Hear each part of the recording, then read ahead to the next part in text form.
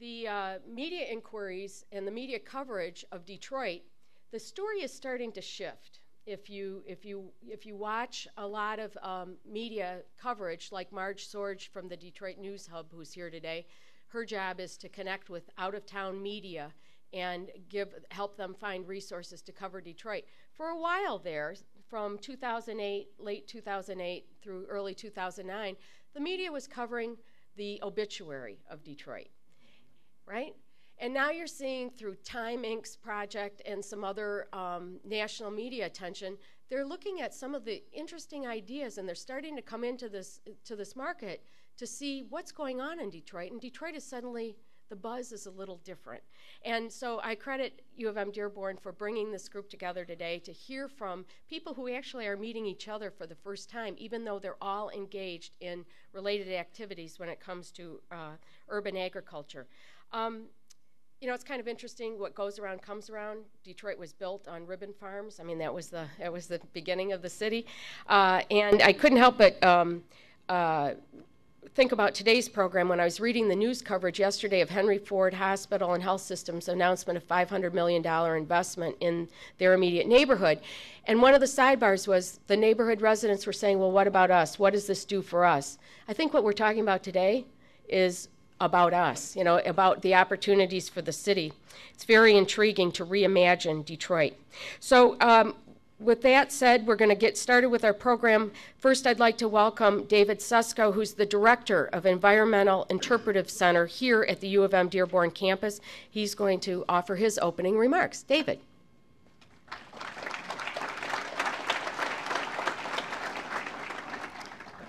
Thank you, Mary, and good morning, everyone. As Mary just mentioned, my name is David Susko. I am the Director of the Environmental Interpretive Center here at the University of Michigan-Dearborn. The center itself is responsible for promoting conservation and environmental stewardship of our natural resources, particularly those associated with urban areas. And it's my pleasure on behalf of the Chancellor, Dan Little, and our Provost, Kate Davey, and really all of the University of Michigan-Dearborn campus community to welcome you to our campus today and to thank you for participating in this conversation about urban agriculture.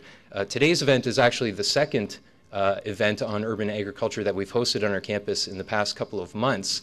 The first event took place in late February. It was called the Urban Farming Summit, and it brought together more than 200 faculty and staff and students and leaders in the urban farming community to discuss one of the most talked about topics in present day southeastern Michigan, and that is of urban agriculture. We like to think that we know a little bit about urban agriculture here at the university, given that we've actually managed and operated a community organic garden for nearly 40 years. So we like to think that we know just a little bit about the subject.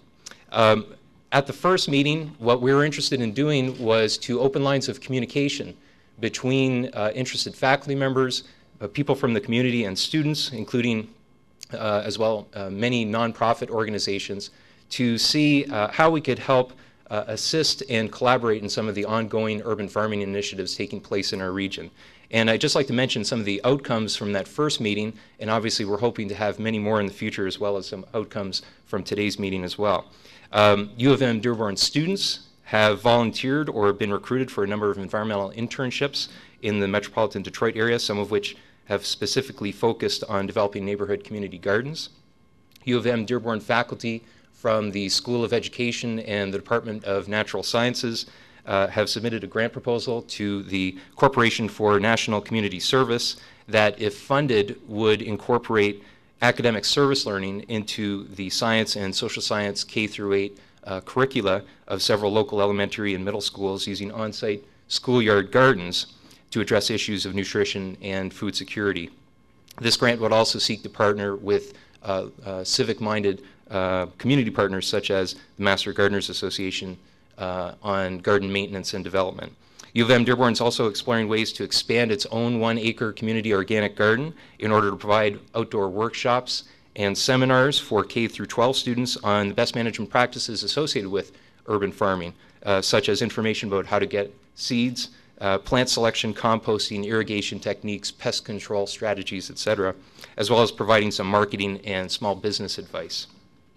And then lastly, closer to home, the Environmental Interpretive Center that I oversee at U of M Dearborn is partnering with Easy Grow Mushroom Farming of Ann Arbor to develop an on-site urban mushroom farm here on our campus within the next year as a demonstration of sustainable city living to be incorporated into our free educational outreach programs on the environment. So those are some of the tangible outcomes so far, and as I mentioned earlier, we're hoping for more in the future. The focus of today's discussion is on the business efforts and needs surrounding urban agriculture.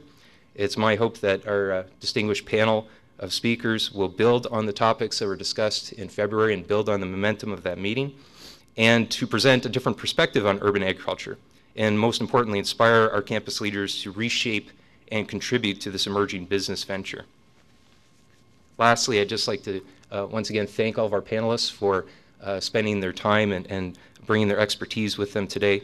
Thank you to Crane's Detroit Business for helping elevate some of the discussions about urban agriculture.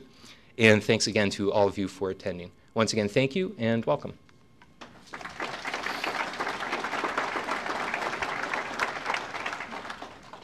Thank you. Well, I'm going to introduce the panel, but before I do, I have a couple things. First, in the interest of being green, we are recycling old name tags from Cranes, and they're on your chairs, and they are now question cards. So if you've got questions, you may write them on our old name badges, and Nicole and some of our folks from Cranes will be collecting questions during the panel.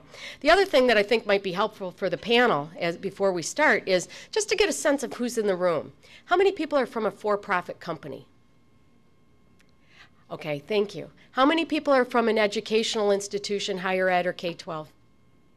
Okay. And thank you. And how many people are from a nonprofit?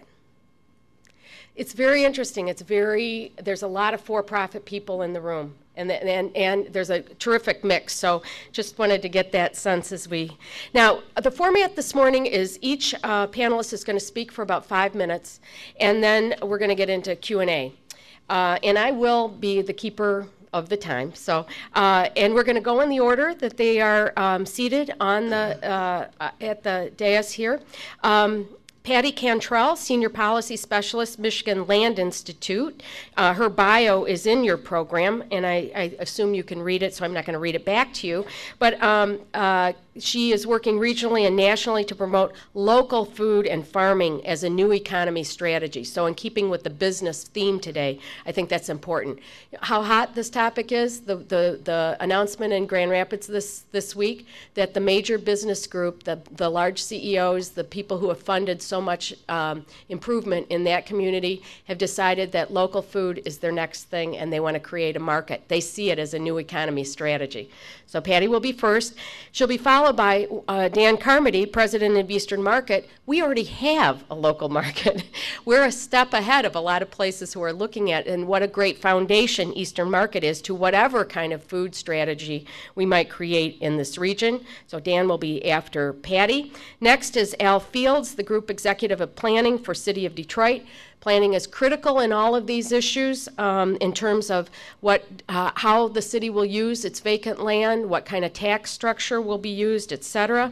But Al is also kind of, his reputation, at least at Cranes, is kind of the go-to guy in Detroit. So if you need to figure out how to navigate the bureaucracy, I always go 1-800-AL. So I'm not sure he's sharing his cell phone number these days, though. Next, we have Carlton Flakes. He is actually a contract manager with Wayne County Department of Children and Family Services through Matrix, a large nonprofit in Detroit. But why he's here today is his program with adult felony offenders participating in urban farming, and the whole idea of urban farming as a strategy to create jobs and opportunities for people who very much need them, and that those are people who are coming out of the criminal justice system. And then finally, probably the guy who's generated more headlines on this topic than anybody else, John Hance, CEO of Hance Group. And I hate to say it, but I wish this story would have been in Crane's Detroit Business. Sadly, it was not. It was in Fortune. But when I read the interview with John recently, and if you haven't checked out that story, you should, his perspective on what urban farming, not only could it create an industry in Detroit and new jobs, but the idea that it would create something else. We have a surplus of underutilized land, and by putting it to another use, it would create scarcity. And that would actually do some interesting things in the city of Detroit from a business standpoint. So I think he's going to talk a little bit about that today as well. So Patty, you're up, and we will begin. Thank you. Thank you, everyone. It's an honor to be here. And I just want to start off today to recognize that we're here today for this phenomenon, urban agriculture, that's taking over the city of Detroit. And that's partly because it's become easier, or it has been easier, for a parent to go out and reclaim a vacant lot, plant potatoes, and get potatoes that way than it is to go find potatoes anywhere else nearby, other than potato chips. And what I want to talk about today, too, is that there's a corresponding aspect to that, because out in the rest of Michigan, potato farmers have an easier time sending their potatoes halfway around the country and back as a potato chip than it is to sell potatoes down this road to a school nearby. There's a relationship here. There's an issue in our food system where farmers aren't able to get their products to market, and there's people who aren't able to get products they want. And that in schools, inner city neighbors, as well as people around the state, there's a new market developing around getting food from people that you know where it comes from, how it was produced, and you know about the places behind it. People are looking for that.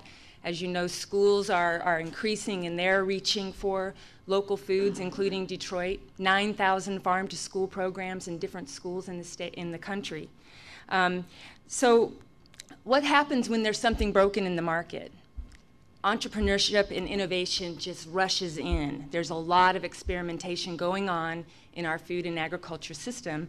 And urban agriculture, what's going on here in Detroit, the parents planting potatoes or the produce trucks going around neighborhoods, they're right in the center of all this experimentation and business development, community development that's happening in this new food and agricultural revolution going on in the country.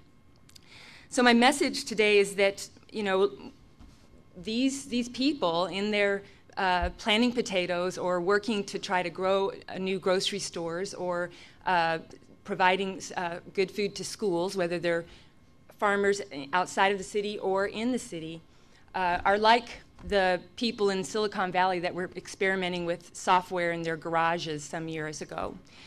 These are the entrepreneurs that are going to remake our state, not just our city.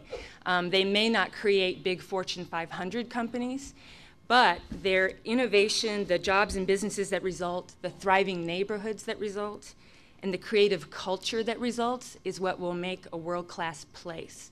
And that's what Michigan and Detroit needs to keep and attract business and household investment. And some of you may be familiar with a very leading economic development strategy. It's called placemaking. We need to create places where people want to be. And my proposition is that this is a core piece of that. And what we need to do is recognize and invest in these very entrepreneurial, experimental things, because that's where this innovation is going to come from. So I want to talk just quickly about two things. One, how urban agriculture is a regional thing, and two, some of the job potential we're looking at, and three, you know, what we can do to manifest what's coming out of these garages and urban gardens. So how is urban agriculture a regional thing?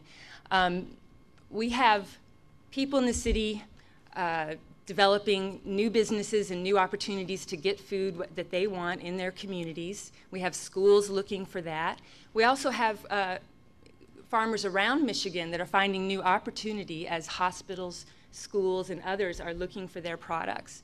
So there's two components, urban and regional, and in between there's entrepreneurs in distribution, processing, retail, technical assistance. So there's a lot of business in between that is also developing. One you may know is Locavore. It's a distributor that's based in Detroit and sourcing foods and even selling them into Chicago schools because of their demand for food from nearby areas. So putting those two together, we have a business development, and all around it, again, are those those buyers looking for those products. We have found in a study across the state that Michigan has a lot of opportunity to really grow businesses and build jobs with that, because most of our fruits and vegetables, wherever they come from, are going into canned vegetables or frozen vegetables and shipping out of the state. Just putting more of that into fresh markets, if we tripled a kind of relatively small amount, we could generate about $64 million more a year for farms, and then 1,900 jobs just from the new spending that those farms do. And that was a study we did with Michigan State University. Patty, you've got 1 minute. Okay. Well, the thing is also that we have a big food and ag economy in the state, but where's the growth coming from? Michigan State University recently looked at, it's mainly the small businesses such as those in this city and those small farms and new entrepreneurs and distributors. If we were to develop a new comprehensive system to really support those entrepreneurs, the state could generate about 23,000 jobs a year just from making more of those startups successful. And over 3 years, that could reduce our unemployment rate by 1.5%. But back to Detroit, what that does in this city is build commerce, it builds neighborhoods, and it builds investment in the city. And I think a vision around everyone participating in that, the people that are putting in the sweat equity in their neighborhoods, doing the innovation, as well as new investors, having a vision for how everyone benefits from that over time is really key to make sure we get out of this economic development what Detroit and Michigan needs. Thank you very much.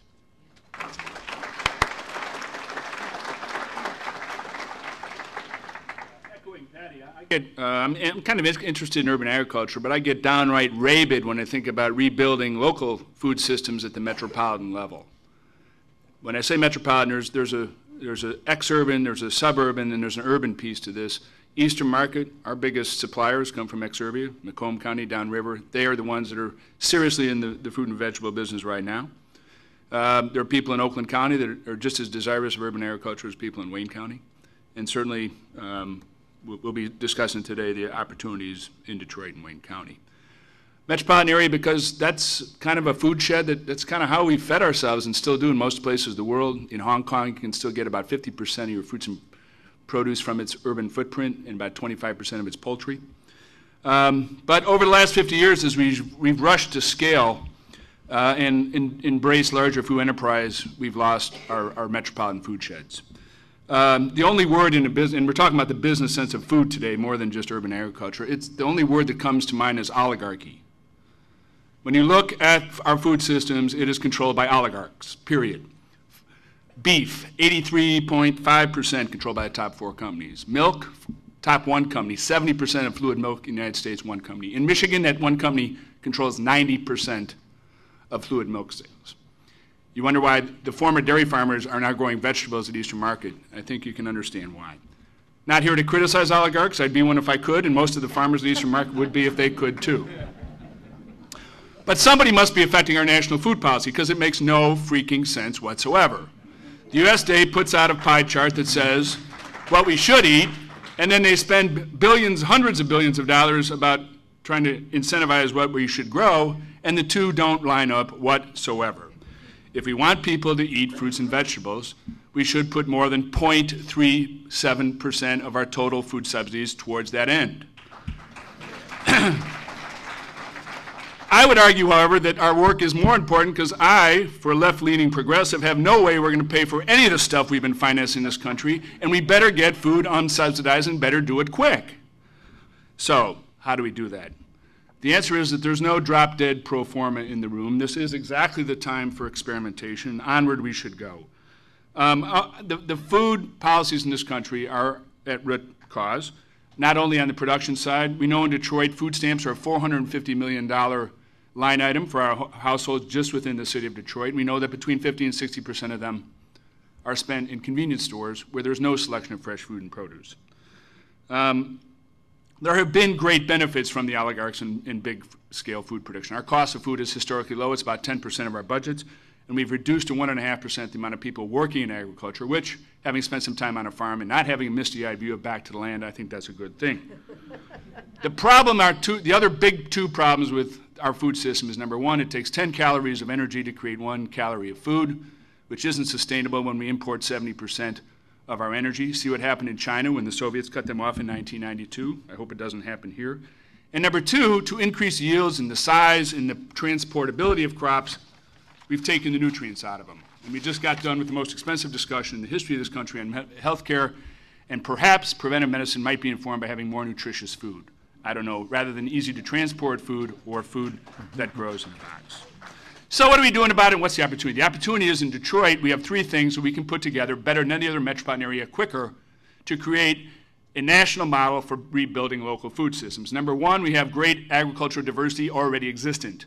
Michigan, 151 crops, proximity to Ontario and its huge complex of hydroponics and under glass production in Leamington. And number three, the secret weapon of all of this, the great Amish belt that now stretches across Pennsylvania and Ohio and Indiana and into Illinois and are taking over Minnesota as we speak. They're producing food at 3-calorie inputs of energy for 1-calorie food, by the way, just like our grandparents kind of used to do. Number two, in addition to this great diversity, Eastern Market as a local food system hub still exists. That's not because of my fine work over the last 2 years. It's not because of Al's work as a board member.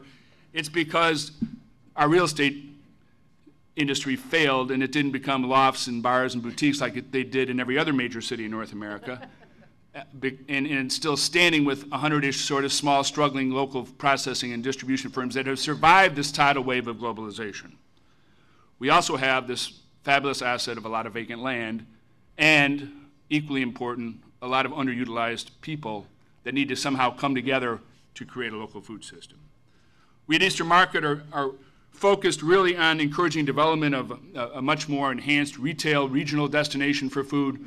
We're focused on incubating a new generation of food distributors and processors to repair the freight fabric, because it's not just about production, it's about a food system. And you got to grow it, you got to produce it, you got to process it, you got to distribute it, and somebody's got to sell it. We don't need grocery stores in Detroit. Let's do something better than them. There's a great study out in Kansas City that shows that obesity around urban grocery stores is just as bad when there isn't one, because 80% of the selections in the grocery store are just as bad as the 100% of the selection in the convenience store. You still got to choose.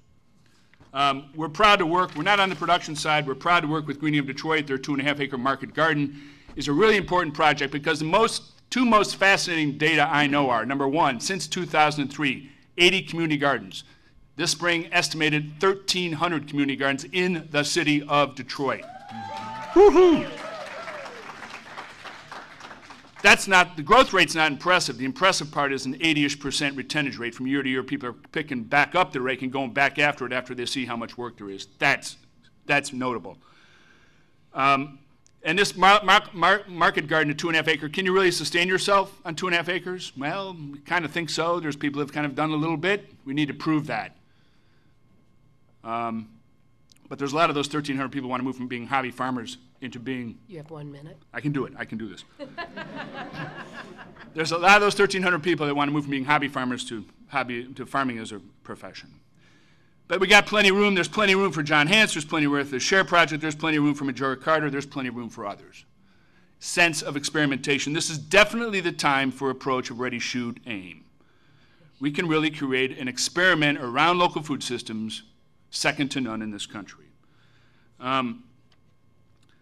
The economic impact to Detroit and Southeast Michigan could be huge.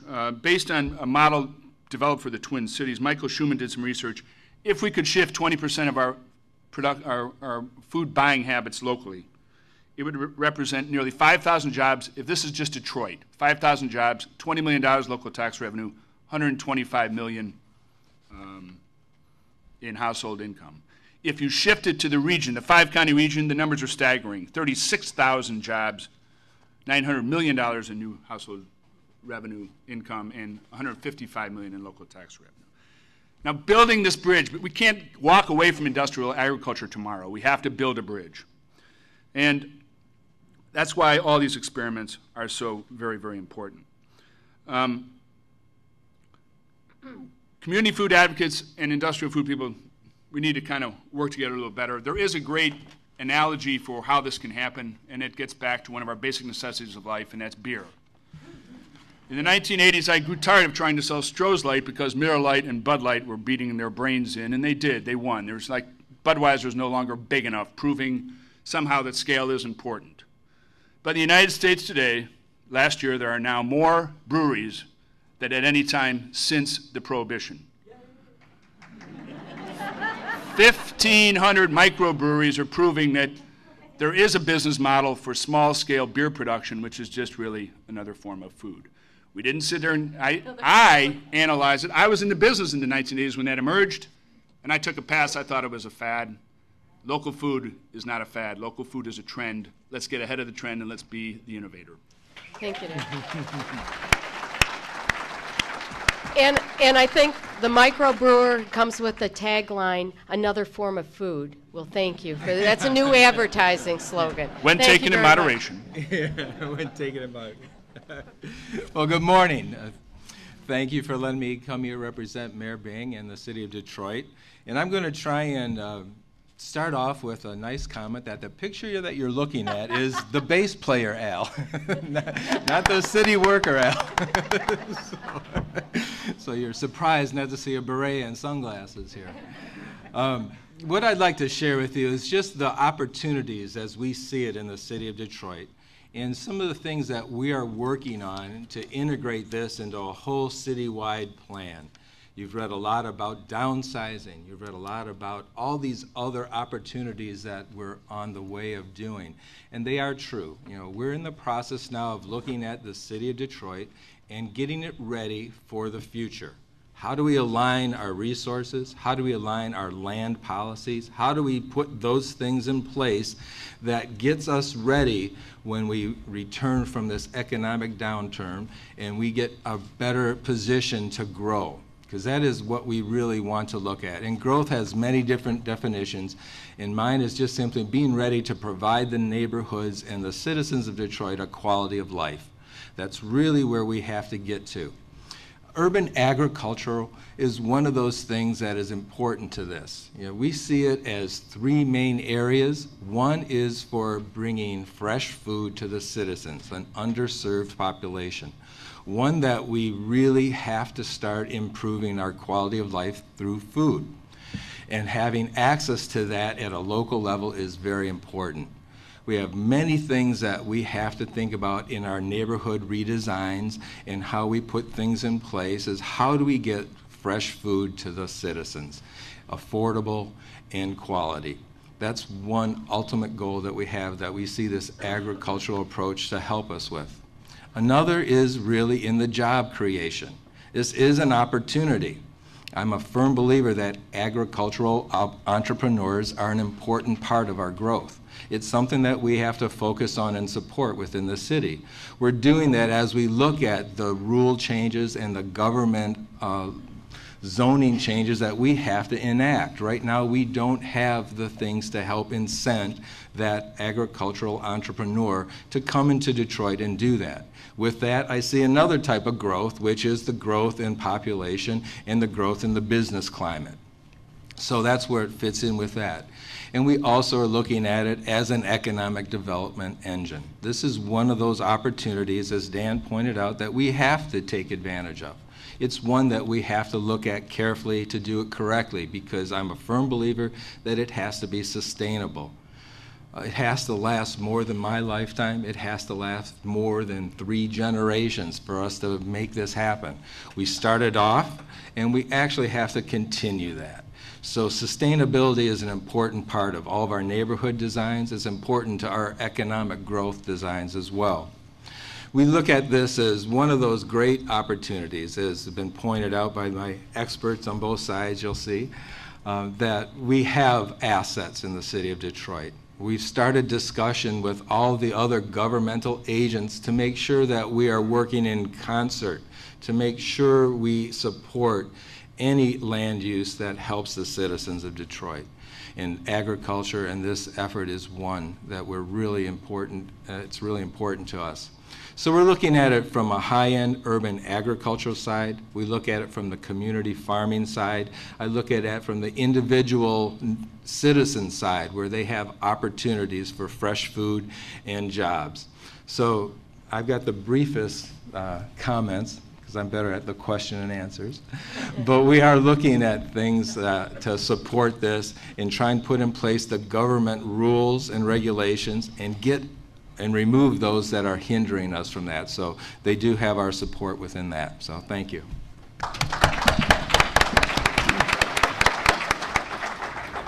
Good morning. I represent Wayne County Department of Children and Family Services, Community Corrections Division, and I come here from a practical point of view. We've been using offender labor to work urban gardens over the last 3 years.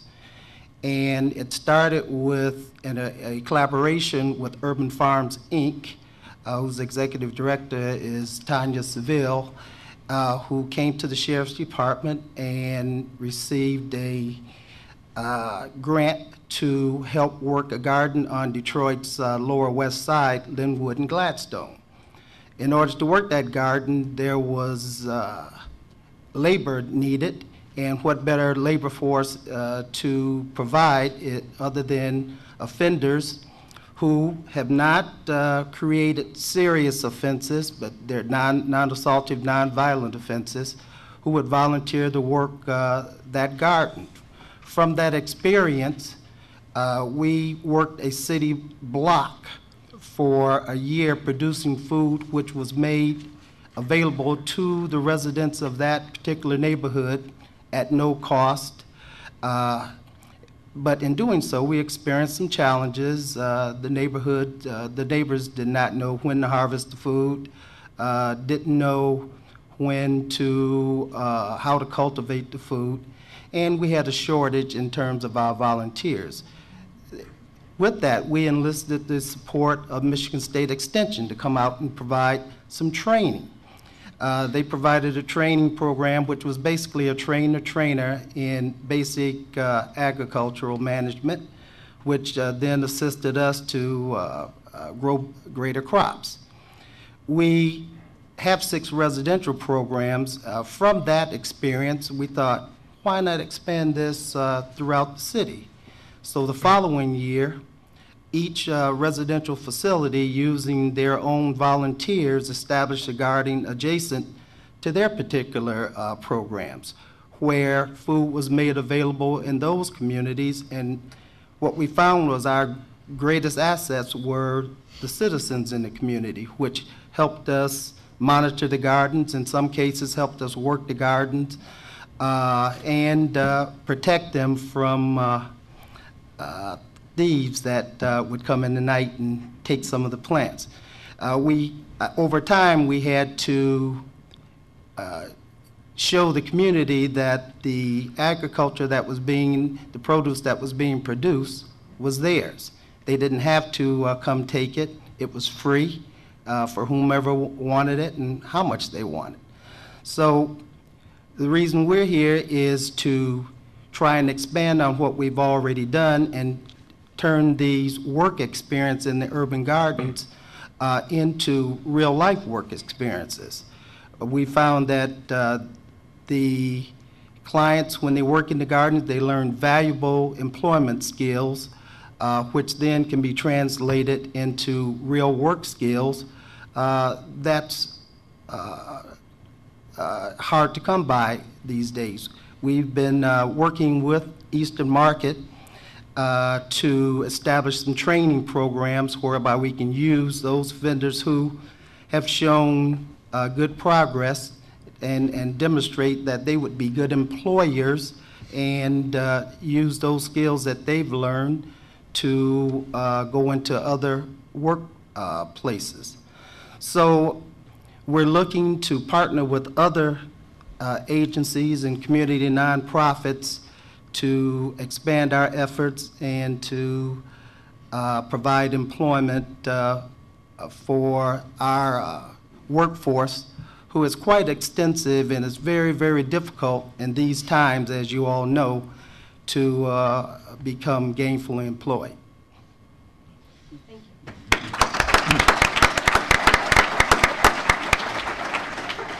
I'm up. My name is John Hance, and I fund Hance Farms, and I come from, I wouldn't disagree with anything I heard today. I come from a different angle in the sense that I'm a 20-year resident of Detroit. I live in Indian Village. and for 20 years I drive to Southfield. I have a office there, and every year I drive and I tell myself it's going to get better, and unfortunately every year it doesn't. And how I ended up sitting here today was about 2 years ago. I got tired of driving to Southfield and telling myself that. And so I was driving and started asking myself questions, you know, those things you do, and I'm like, okay, what's going to happen? And it dawned on me, nothing. Now, whether that's accurate or not, this is my fantasy world while I'm driving. So you got to play along a little bit, okay? Doesn't mean that there's not a million other things going around. You know how you just sort of drive, you're daydreaming, and that's my world. And in there, I'm thinking, well, someone needs to do something. Then I had that hated, dreadful feeling that someone might be like me. Have you ever had that? Like, you know, it was always great when I had those ideas for someone else, but it was, the dreaded idea came over me that maybe you should do something. And that dreaded idea was I didn't know what to do. So then I stopped and I thought about it. And I thought how I got to where I'm sitting today is I thought, what do we need? You know, because if you look at City of Detroit, we face numerous issues. You know, clearly, if we're going to bring population back, we have a crime issue. We, in essence, have a school issue. We have a tax issue. Now, reasonable minds can differ, but at some day you end up on one of these pedestals in some way. And I think today, an important part that I would bring up to everybody as I've gotten this far is reasonable minds can differ, period. Doesn't have to be personal. This problem we face and this opportunity, it's both. There isn't an answer. It is very entrepreneurial based. It's very, where we end up 10 years from now will not be anything you heard today. I believe that to be true. And I believe I will be wrong on 100 things that we're trying to implement. The issue will be, is it sustainable and can you work through those and improve that process and continue to survive, much like Eastern Market's done. You know, it's reinvented itself numerous times. And so when I was driving with that in mind, I thought, what can we do that in essence is a one action that can have an impact on 4 or 5 actions? Because when I'm at the office, what I watch people who are ineffective is they one-off every action. If they have 10 things to do, they just start at 1 and then run out of time before they get to 10, as opposed to realize that if they started at 4, 2 or 3 of them would disappear. And they actually wouldn't have 9 things left to do. They would only have 6. And then if they picked the right one of the 6, that one would take care of 2 other things. And at the end of the day, if they only had time for 4 things, they would actually get all 10 done because the 4 would take care of some of the others. And in my driving, that's where I came to this idea that one of the things we struggle with in Detroit is scarcity. And it seems weird in a city that many people would say is full of scarcity.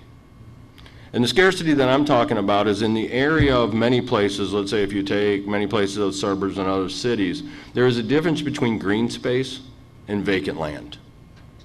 Green space is a planned process that you elect to do as citizens to improve quality of life. Vacant land is a train wreck.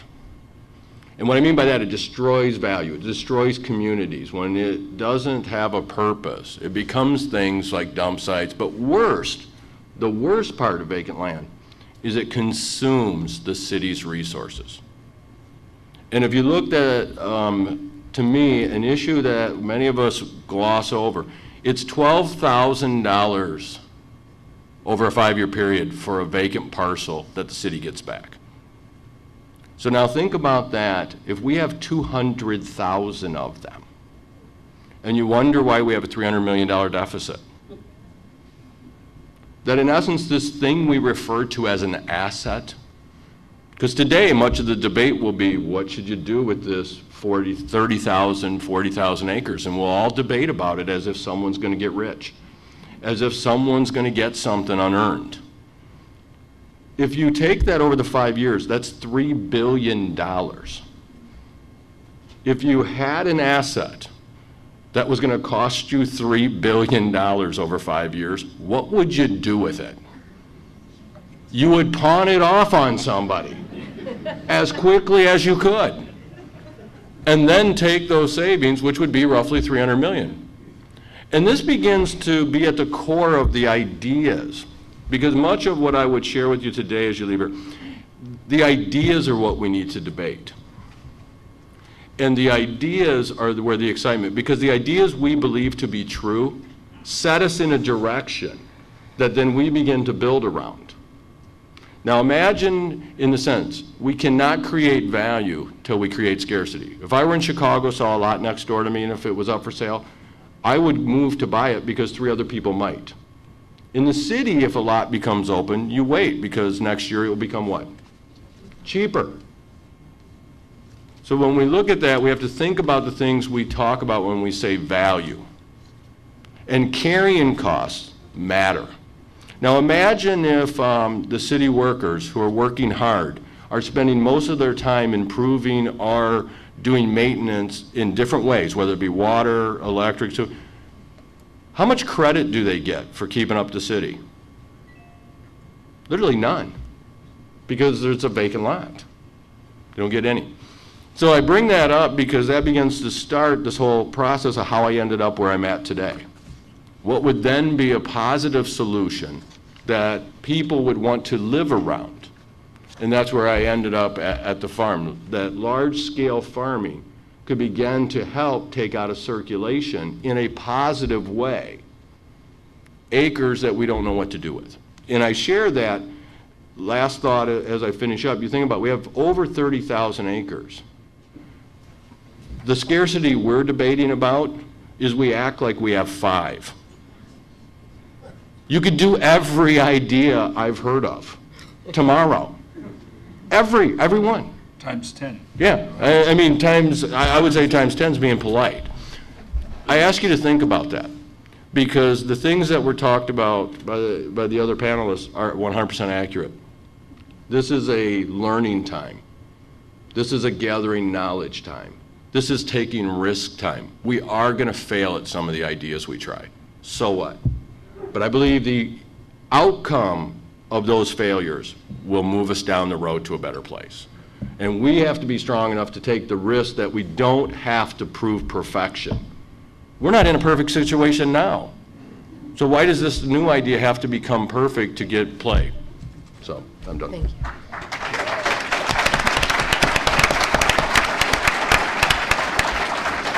Okay, if you have questions, raise your hand and people will collect them. We've got people all over the room collecting the questions.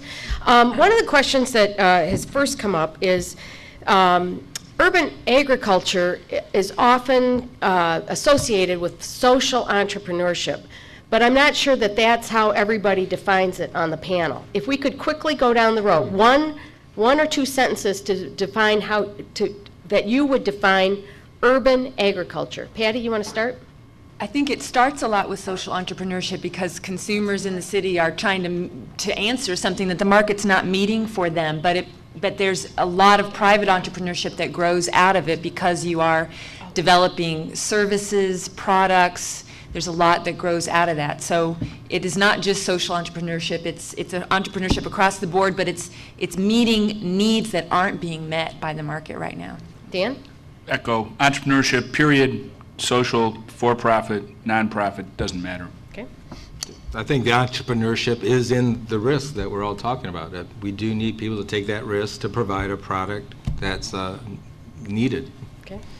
Carlton? I believe we use agriculture to provide a resource that's used by citizens within the city for their gain economically as well as nutritionally. Okay. Jen? I would take a broad view of the definition, everything from small gardens to large-scale for-profit, and then I would also expand the definition from whether it's fruits, vegetables, and timber. I think people forget as we think of urban farming that we are a little too focused sometimes on an apple, and that we're going to have to broaden that with the issues that we face in the city because of some of the cleanup, some of the other things that nature can take care of some of that for us. Don't forget hemp. Thank you for that, Dan, that leftist background you have. You must have been something in college. Okay, so as we've gotten a presentation from everybody, what if each of you could define the most pressing challenge or obstacle that's in the way of getting something done in the city? You know, we're talking about Detroit, although some of the farming could be obviously in the region, but we're focusing on Detroit. What's the single biggest obstacle or challenge? Dan, looks like you're ready to go. I think, you know, in the city, there's been good work done trying to create the regulatory framework to make it more easy to do, and changing land disposition policies to convey land. So I think those are key issues, and I think they're advancing. We just need to get them done. Okay. Anybody else? Yeah, I'll take that one. Very similar to what Dan said. It is really that cooperative approach that, you know, as John and everyone mentioned, we can do this all. We just have to all get on the same page. And what I run into a lot is the overvaluation of our assets within Detroit at many different levels, and that's always seems to be a challenge I have to deal with. Within the city itself, and residents as well, that we think things are worth more than they really are? Yes. In a word, yes. Yes. Okay. And I would say that it's also valuing those social products and needs, you know, the neighborhood cohesion and all those things as part of what we're doing, what this is producing and what we're doing in the economics of it all. That's an economy for the city. It grows the city. Okay. Can I Yes. add one thing? Just, I think that one of the real issues is the supply and demand for healthy food, and the fact that corner stores don't stock fresh foods is in part because they're not demanded by residents. And the easiest way, and this is not just something that affects low-income people, if we all woke up tomorrow and ate the diet that the USDA recommended and somehow they figured out how to incent the production, we'd be 14 million acres short of fresh fruits and vegetables because we don't eat the diet that we're supposed to eat, all of us. But especially true amongst people with low incomes, it's 1/7 the amount of fruit and vegetable consumption that other people have. The best way to fix that isn't to lecture about it. I think the best way to fix that is to engage more people in the production of food. And once they start to feel where food comes from, then a lot of things are possible. Okay, a couple of questions that deal with the idea that if we're talking about Detroit, and Detroit is 85% African American, how can, whether it's your idea, John, or anyone else, Dan, your organization at the Eastern Market, do you have community input? How are people engaged? And what committees of advisory committees or committees of residents? Do you have projections of how many residents might be employed in some kind of agricultural expansion? Dan, you want to start? Well, in my world, there's no shortage of committees, and many of them involve neighbors. The Detroit Food Policy Council has been created, authorized by the City Council, just went into its first, came into formation late last year. There are a number of grassroots organizations. The Detroit Garden Resource Collaborative is those 1,300 community gardens. The Moses Project, a faith-based group, has been doing some yeoman's work around organizing for food retailing. I don't want to, at the risk of offending the nonprofits and community groups that are out there, there's a lot of groups that are out there working, many of them at the grassroots level. There's been a lot of work, there's been a lot of ground being plowed on this subject so to speak, with the people from the neighborhood. A lot more needs to be done. I think there is a risk of making sure that this is a movement that's done with the neighborhoods, not to the neighborhoods. John, how about you? Because I think some of the questions are really directed at the for-profit guy at the table. Yeah. I would take a much different view of that. Actually, I would say there's too much talk around the community and not enough talk around the individual. So but there we go, the regional minds can differ. And what I shared is if you actually believe in community in the city of Detroit, to get out and touch, you touch individuals, because the bulk of the city does not have community. So if you think about this logically, no, this happened with MSU and with Kellogg when I was working with them. We had dialogues, and we had dialogues around what was going on in the city. Then I said, let's take a field trip. Get out of your car. No, I said, but this is where we said, let's take a field trip. And when we took a field trip, guess what?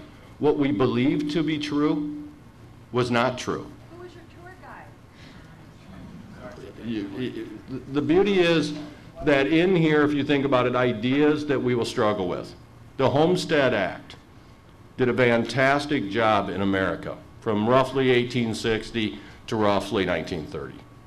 It put back into circulation unused land, 270 million acres, 10% of America.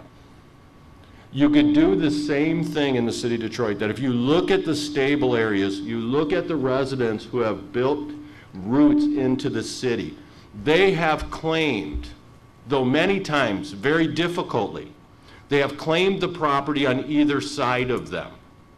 If we engage the individuals who are already in the city, as opposed to others talking for them, we could get on and you could easily see that they then begin to create value for themselves. Not for us, not for others talking to them. I mean, I would trade in Hance Farms tomorrow if all that I could get you all to agree on was that we homestead all the acreage. Now, I don't have a lot next to me either way that's vacant. But I would press you to homestead because you engage them into their community. Not someone talking for them, me or others. Meaning you could, in essence, make a fast track. But it is, when you talk to the land banks, and they would share this with you, it is very difficult for a citizen in Detroit to get a piece of acreage that's next to them. And when I say acreage, I mean parcel.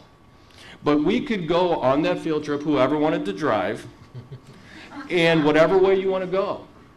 And you would see in the middle of much of this messed up situation, you would see prosperity. And what you would always see in that is you would see a person who is setting out roots. You would see a person who is beginning to take advantage of urban agriculture. And in essence, beginning to do it without any of us, without the expert panel. They're not waiting for me. They're plowing on. They're so far ahead of us. And that's the point that I want you to see. The individuals are ahead of us, starting with me. I would just ask you to entertain the idea they could be ahead of all of us. And we need them. Before we get people back to the community, we must stabilize the people we have and actually believe in them. Let them be part of the process. Make it easy. Think about it. We have roughly over 30,000 acres by all estimates. How much of this, that is costing the city a fortune, running huge deficits because of that they would be willing to help us with? John, to clarify the $12,000 figure that you used earlier, that's the cost that you believe is over 5 years for the city, that the city spends to maintain maintenance, upkeep, calls, 30,000 vacant break-ins, okay. police, firemen, right. And it's not my number. Okay. There's numerous researches by Buffalo, other cities who have faced this issue, that would be very difficult to debate that number. Okay. And that's not just the vacant property. It's property with abandoned structures and everything. This is that's a reasonable figure. That's a reasonable cost, a to get. carrying cost of vacant or property or land. It's a cost that in many cases we can't perform that duty because of our lack of funds. Okay. Yes. Shifting gears a little bit, there's a couple of questions from students in the room. And they are very interested in this area, this topic. As a student who is really motivated and interested, but who has no capital, what can I do to learn about this field and work and get experience? There's a second question. My nephew's working on his master's in accounting in Boston, wants to come home and work in urban agriculture. Where are the prospects in business management in terms of Detroit farming? Where might they be on the horizon? Anybody want to take those two? What are the job prospects for young people? We are becoming something of a mecca for young recent college graduates wanting to learn about urban agriculture, and our cost of entry is one of our greatest attractions. So if we can combine that with a regulatory framework and an ease of getting access to land, you could really have the new economy initiative that everyone's been searching for. There's a lot of 1.5% of our population is engaged in farming, I think largely because it's hard work. And I was corrected by a farmer. He said, no, it's a combination. It's hard work, and it's really poor reward for a lot of risk. And I think we shouldn't lose the current system we've set up. That is economic reality. So we shouldn't invite people in unless we want to try to help them succeed rather than set them up for failure. Having said all that, most of the farmers who come to Eastern Market survive on that, participate in that 0.037% subsidy. So they're making a living. It can be done. I would suggest that in the management side that the wick up into farming is working with those individuals that are already on the ground. There are 1,300 community gardens. You can start your own community garden for an annual investment, I believe, of $20.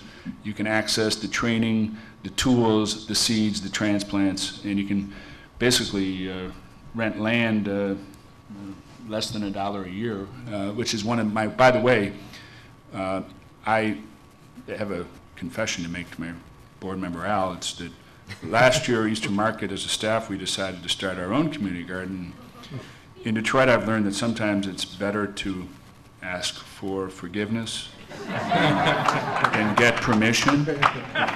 And I was busted!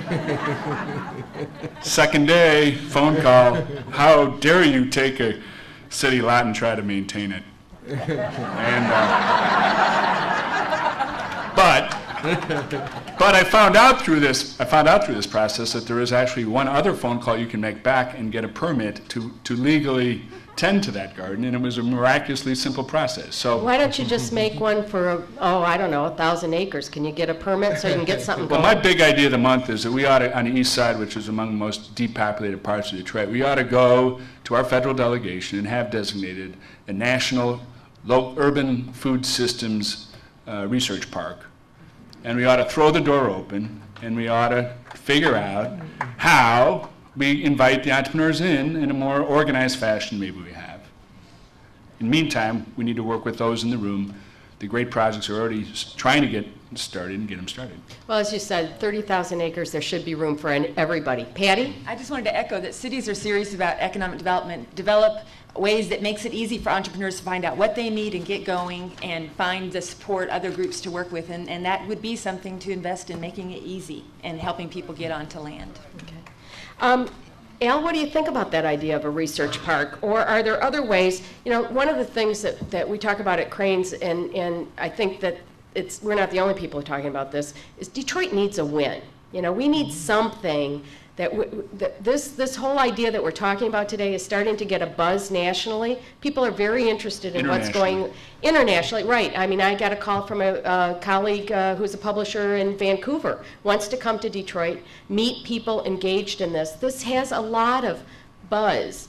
If there were something that you could actually see, and I know that there are some things, 1,300 community gardens, but if there were something a little bit larger scale, that can help change the story of how people view Detroit. How quickly what do we need to do to get some things going? I think the discussion has to start. You know, it's always easier from a governmental side to help people who want to be helped, and who actually want to put in that resource to match ours and try and work on a plan and get it done. So that is what we're trying to work on as we build a land use policy and a land use plan and design. That will help when we go into changing the laws that govern our land. What's the ETA on that?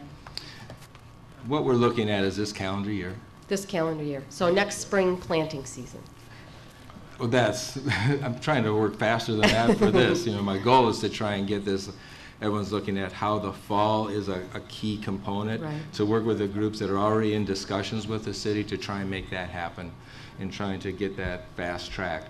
But the land use plan is the one I was talking about at the end of the But I mean, the I year. think it actually begins this year. I know Hans Farms wants to be in the ground, the 2.5 acre market garden in the heart of the market district, which is really meant to be a urban market garden demonstration program to showcase various growing techniques, various growing programs across crops, including wood crops, including food crops, including row crops, flowers, and to do it not just to demonstrate the growing conditions, but to do it to demonstrate the financial implications behind those growing conditions. How about soil remediation, cleaning It's an up issue. soil? Soil test. Very big issue.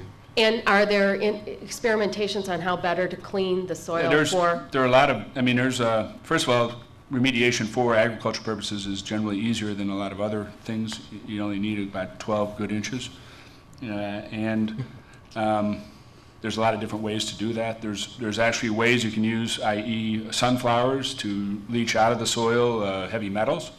And so there's a lot of, those take time. So again, there's short-term solutions, there's long-term solutions. But that should not be an impediment to this. Even the cost. I mean, does anybody have a? I think you have to, again, it gets back to a little bit what John said, what are the crops? So Right. And those heavily contaminated soils, they might make great timber sites. We have enough space, enough good space to work around the cost issue. Yeah, we have such limited resources, really, to Al's point, that they have to be managed, you know, correctly in the sense to maximize the improvement. And that's why if we broaden our view of what we think of as urban ag, you know, most people, when I have sort of sidebar dialogue, they don't think about it as trees or ground cover. You know, there's biofuels, there's many things that in essence, if we properly utilize, when I first started down this road, you know, the first thing I heard is we're going 30,000 acre cleanup, 40,000 acre cleanup. I said, well, we're gonna go about 3 acres. I mean, that's not gonna work. I said, well, let's do some research, because I think if we rely on nature, and as long as we're willing to take long-term view of the process, whether that be the private or the public sector, if we can take a long-term view of the situation, we can come up with numerous solutions that better allocate that money to help others. You know, so it's like here, I mean, literally a pine forest for 1,000 acres isn't going to dent the city. Mm-hmm. No, you have to be prepared for 7 years or 12 years. You have to look at that as a much longer investment than tomorrow. And let's look at the last leg of a really real urban food system, and that's changing our waste streams into soil nutrients. Right.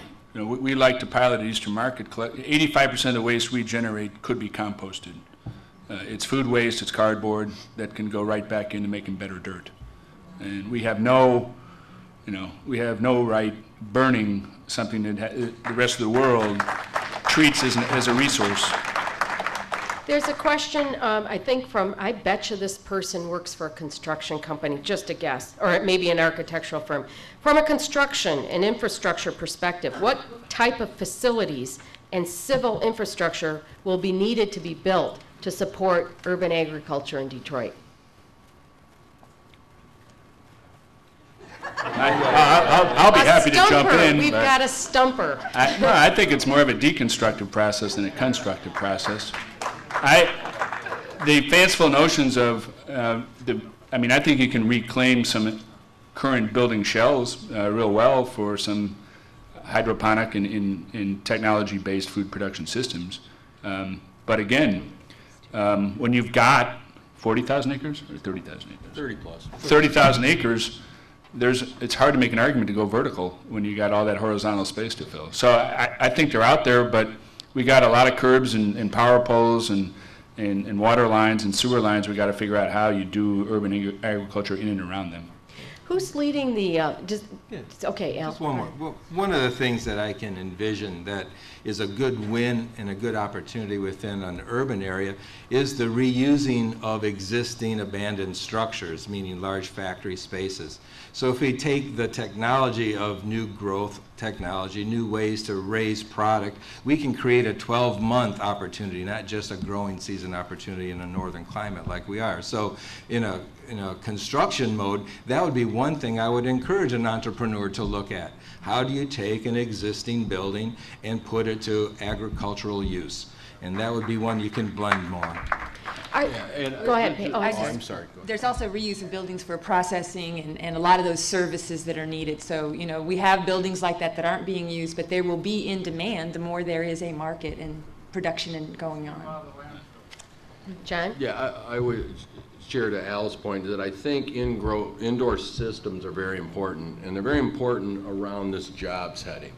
That a lot of the rest of the world in many of their metropolitan areas are not going to be able to go horizontal. They're going to have to go vertical. And if we're going to think of this as an industry and a chance to take advantage of it as urban ag ground zero, sort of Detroit, if you have indoor growing systems in the world, you're going to have to be able to go to Detroit to see those. You know, one of the first things that we look at that Mike's been working on is that all the growing systems right now, roughly we have a commitment, would demonstrate right here in one building together. So you wouldn't travel the world to see all the top growing systems. You could go to one place.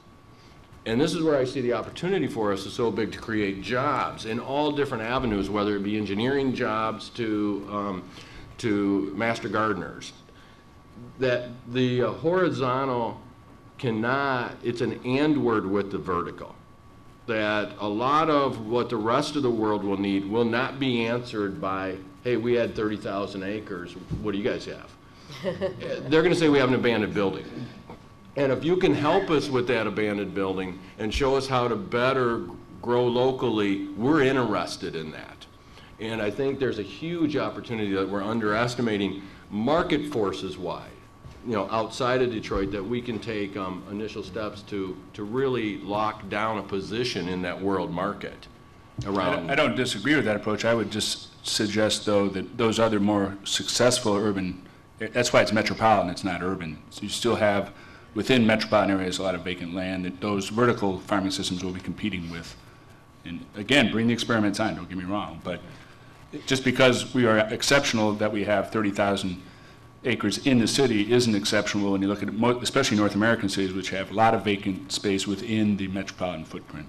Patty, do you have some ideas of things that you've seen other places, land trusts, leases, anything that you would suggest to Al as they're looking at, as the city of Detroit is looking at, what are they going to be doing, incentives, creative ways to get this moving? Well, two things. One, in the general farming community, people are looking at how to transfer all this farmland that is in the hands of aging farmers to a whole new crop of farmers that are coming on that don't have money to buy it. And in that realm, there's a lot of experimentation around limited equity leases and a lot of things like that. So leases and how you transfer and how you can be in on that property and start your business, but also eventually own it, or incubator spaces. But I think the Homestead Act model is also an important thing for us to look at in history. How can we let people make an investment and then ultimately own that property? I don't know how and who's done that, but that's a model in our history where we reward people for investments they've made in reclaiming land. Carlton, with your experience with the ex-offenders, who's knocking on your door to see how you can connect with the various initiatives, whether they're nonprofit or for-profit, how you can get your guys, your men and women, as well as any of the other nonprofit jobs-related programs plugged into this emerging industry? That's a good question, because we receive very few people coming to us. It's more us going out requesting nonprofits to work with us to provide employment for these offenders. I keep hearing about the 30,000 vacant acres. We have 30,000 ex-offenders within the community, most of which need viable employment. We have a workforce that's unutilized, underutilized, and believe it or not, the majority of which are very willing and anxious to be productive and work. So we don't get it coming in. We have to go out and work with the other partners in the community, and we just haven't had enough of it. Okay. I sense there's not a tension, but there's a different point of view in the room of nonprofit versus for-profit. And John, I know what you said about the individuals, go start with the individuals, but do you have something in place where you are talking to people in the neighborhoods who are doing what, on a smaller scale, what you envision? How can we broker some kind of nonprofit, for-profit? Yeah, what I had shared does not diminish the need for nonprofits or even universities, for that matter, or private sector. It's an and word. It's an and word. Yeah, but I would share with you that whether it be business, nonprofits, however you want to take it, foundations, without the individual buy-in at the point of entry with the situation we face, straight down to the ground level, that we're going to all fail. And, from any one of what I just described. And again, I would take you back to research in the sense that this Homestead Act holds a huge, huge answer for us to re-engage the community at the individual level. It doesn't mean it disengages all the other good work that the foundations, the nonprofits, and the universities are doing. That's not what I said. What I said is an and word, that we cannot get rid of 200,000 parcels. 200. It's 30,000 acres, but remember, it's 200,000 parcels. That's a big burden for the city. Think of Al's job in trying to come up with a solution on that. What if we, just through individual engagement, could in essence engage the people who in essence are already residents in a very productive way that they could create equity in their situation by mowing that lawn, keeping it up, and in essence fencing it in. And now, if they want to do a horseshoe pit in it, if they want to do a barbecue, if they want to do a little side garden, it's what? We have to be open to what they do with it. We're not telling them. It's theirs. But what happens if they take 10,000 of those acres off the play? See, I would view 10,000 acres out of play is a positive thing, because now it's getting bite-sized. We're starting to come up with solutions that allow us to, in essence, deal with the magnitude. And unfortunately, what I watch is that we spend more time looking for the silver bullet. I have way more belief in these 10,000 people, if we can get them to take an acre or two next to their place, than I do my idea. Because that's 10,000 minds working on their thing who are embedded in their community, not what we're calling community. What? They could be one house on a block and say, this is my deal right here. This is where I'm making my stand. And I'm going to take care of these 3 lots. Why would we be scared of that? Why wouldn't we be pushing it down and then after they don't take that opportunity, but we've got to make it easy for them. This cannot be a 2-mile line, 900 forms, and if you jump through 73 years, maybe we'll give it what? To you. It's got to be easy, it's got to be simple. But then why wouldn't we regroup after we saw what they first took? Because if you really think about it, that's residents who are committed paying taxes, who in essence have a home. Would they not be the ultimate anchor for us? I believe as a resident, they are my ultimate anchor.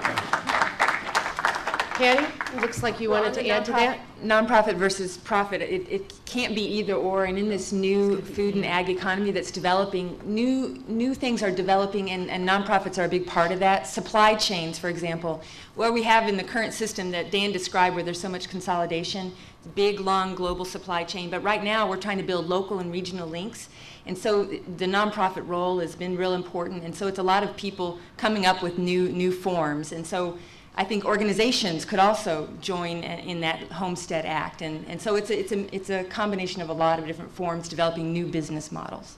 Okay. The bottom line is all those entities have bottom lines, and it has to become sustainable as we complete the experimental stage. It has to lead to a sustainable system. Al, I know that this is the process is still in progress, but what do you see the city role in incentivizing urban agriculture in terms of taxes, land recovery, restoration, permitting? What are the things how far along are you to be able to say this is what we're looking at?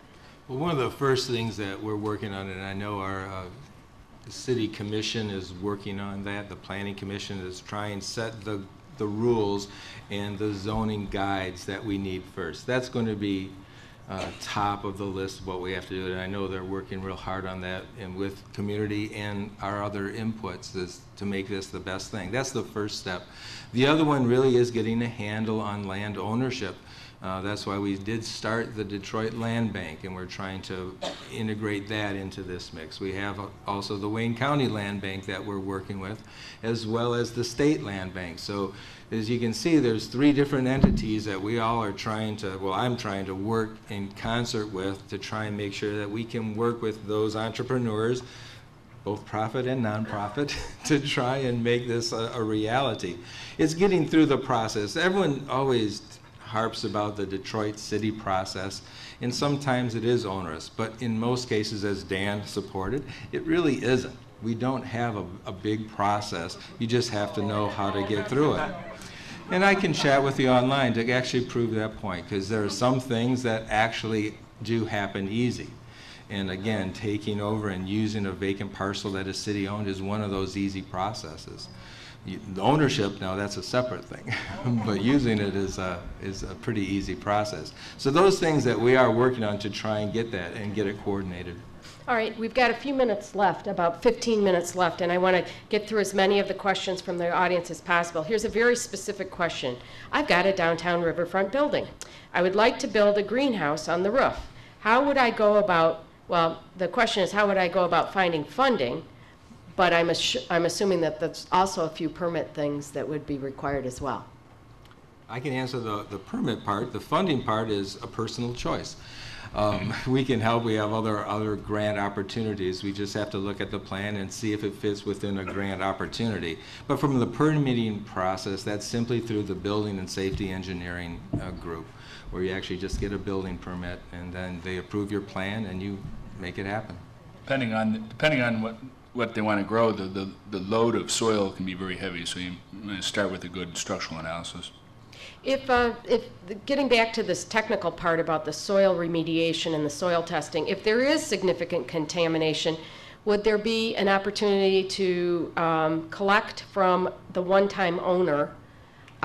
Is there still liability for that or not? If the city now owns it, or a private party or a nonprofit owns it, what's the issue there? As an example, you know, if everyone knows Belle Isle and the old Uniroyal site and why it lays vacant, it's really because of remediation issues that can't be resolved legally. We know the ownership, we've got the ideas, but we can't solve the legal entanglement of who's responsible for the remediation and that ultimate cost. In an industrial site, that becomes a very big issue in Detroit, since most of our riverfront was an industrial opportunity back in the day, and now we still have some other issues that are always there. That it's a hard question because each site will be different. One of the things that I actually am pursuing is how do we find a residential program to test all the properties prior to an urban agricultural introduction, either a community site or not.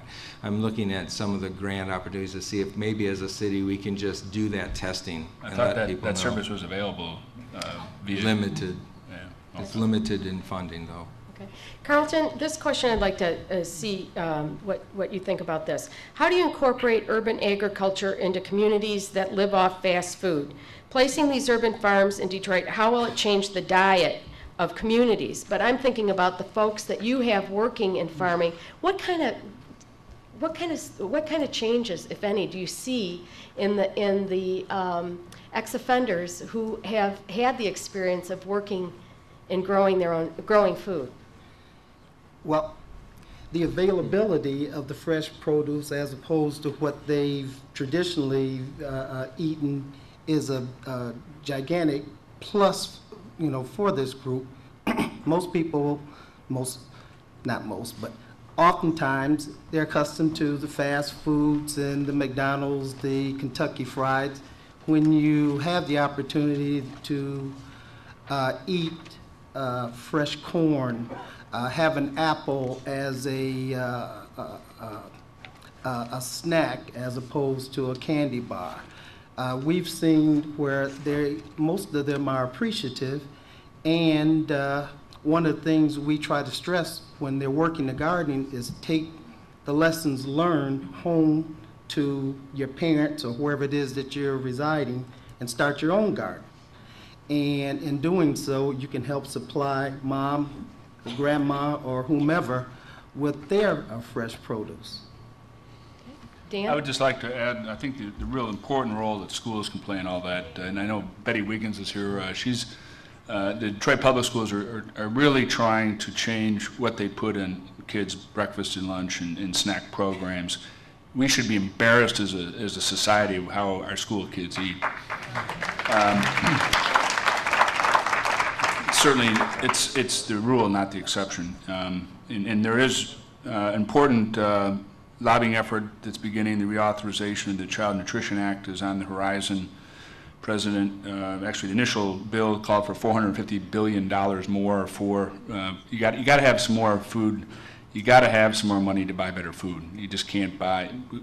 We've gotten to the lowest common denominator, and it's just going to take, reallocation of our current food subsidy programs to put better meals on kids' plates. Okay.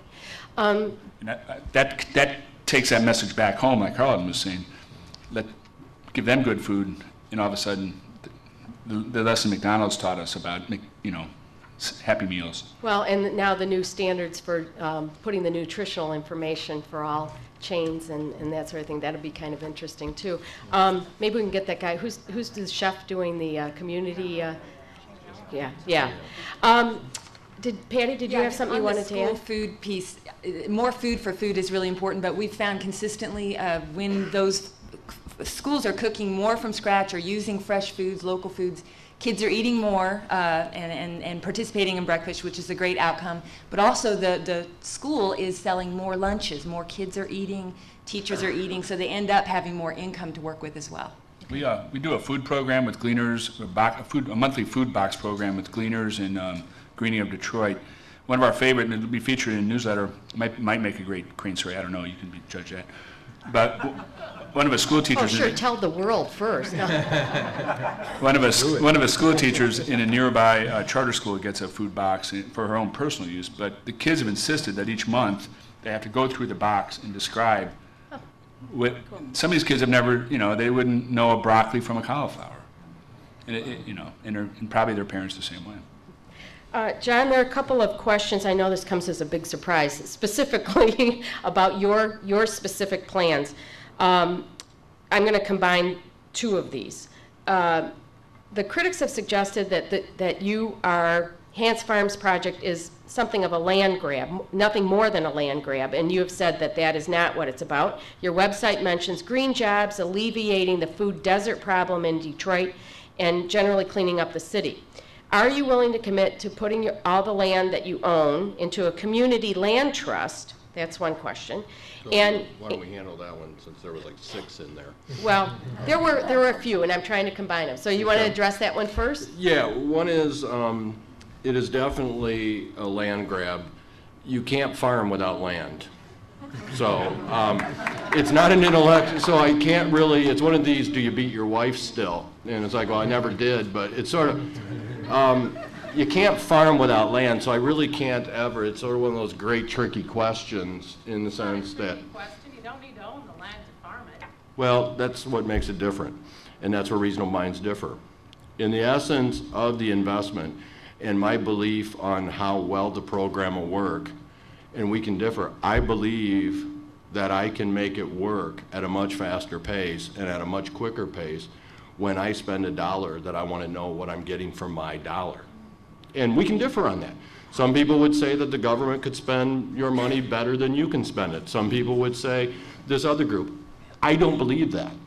I could be wrong, and I'm willing to accept that. It depends on whether your goal is to make a profit or to give something back to the city. Well, I believe by the very nature that it becomes self-evident that if the farm actually... He's responding to the question. So the people in the audience, if you Yeah. want to write it down on the card, Right. that's one thing. But you Yeah. just respond to the question. Yeah, so in essence what we have is we have a problem that, of value that we talked about, that literally entrepreneurs are not moving into Detroit, and entrepreneurs are going to continue to not move into Detroit. If the only player in Detroit can be a nonprofit or a foundation because they have proven that they are righteous of the property. I went to, as a backup plan, because I'm going to do this, I said I'm going to grow, and I agree we need a win. I went to a suburb, and in 2 weeks I accomplished what I tried to accomplish in 2 years in Detroit. Not one person in the suburb asked me the questions you're asking me. They said, thank you. I said, you're the backup plan, and they said, thank you. They said, we're just happy that that building has a potential. You'll keep that building up for us. Thank you for being here. The issue here, this is detrimental because the points that were made is we need to coexist. This is not, even as we refer to it, it's not profit versus nonprofit. It's profit and nonprofit.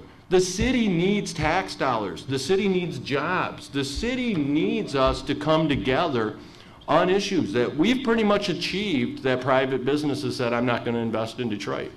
I don't think the outcome of that was good. That in essence, we can't pay for the services. Now, I'm not saying it's perfect.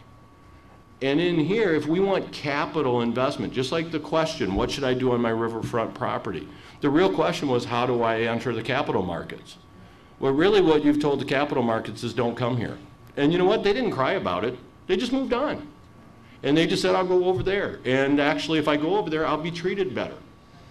If we cannot, we must respect the role of each player.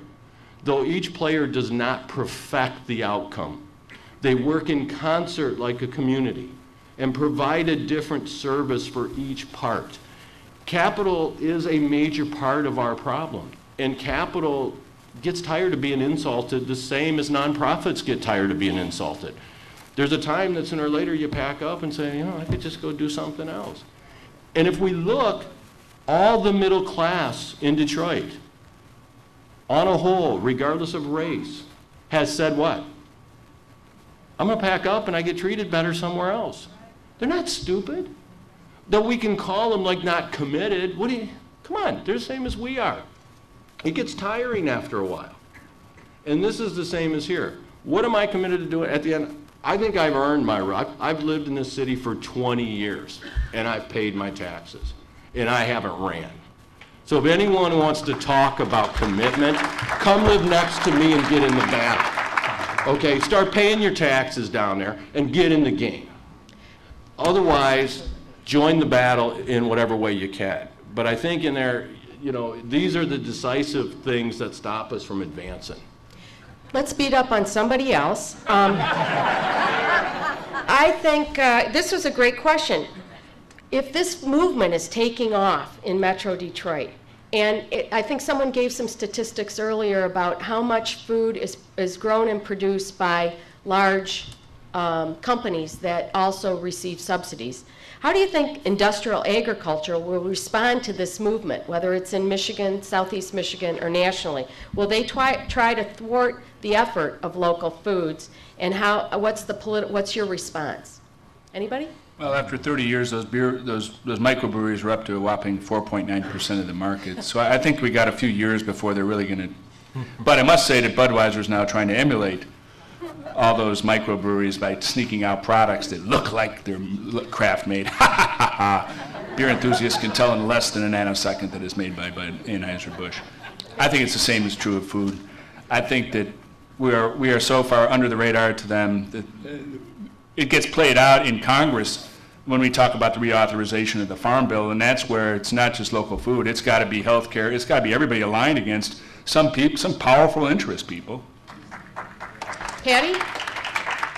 This food movement is influencing bigger companies, and as you all know, Walmart is talking about buying local, so there's these new supply chains and how we make sure that farmers really make it in that system when bigger people are there. It's working, though, in some places. Cisco is a big distributor. Companies are realizing that if they want to provide what customers want, they need to figure out how to buy from farms that they haven't been buying from. They've been innovating that in Grand Rapids and Cisco.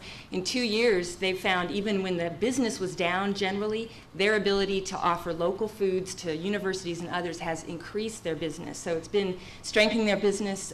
They're now offering 12 varieties of apples because they're offering Michigan apples, where they only, out of all their whole company, offered red and golden delicious before. And they knew customers weren't going to put up with that when they start realizing that farms have better stuff. So they're now getting in the game, and they're going to have to figure out how to work with urban producers and smaller producers, and they're, as a smart business, going there. So I think there's a lot of change happening there in the bigger business as well. I was perhaps a bit glib, but the farmers at our market, they sell already. I mean, Walmart and Whole Foods and Kroger and Myers buy from the biggest growers at Eastern Market. The thing that they've learned from those oligarchs is not to put all their eggs in one basket, however. And so they sell at Eastern Market, they sell at their own farm stand, they sell to the big guys. And it's creating more than one way to feed ourselves, which is important. Right now we have one principal way. We have to build more diversity into our food systems. I want to thank everyone. We have now reached 10 a.m. Terrific civil conversation. Thank you very much. A lot of different viewpoints represented. And as you notice, this is being videotaped. You can see the video at umd.umich.edu/urban farming, or another site is miearth.org. So if you want to follow up and see the video or share it with other people, that site, I think Model D or Metro Boat is here today as well. So you might want to check out their websites. And of course, Cranes is covering the event today. Thanks to the entire panel and to U of M Dearborn for putting this program all together and putting together such a great panel. Thank you very, very much, and have a great day. Thank you.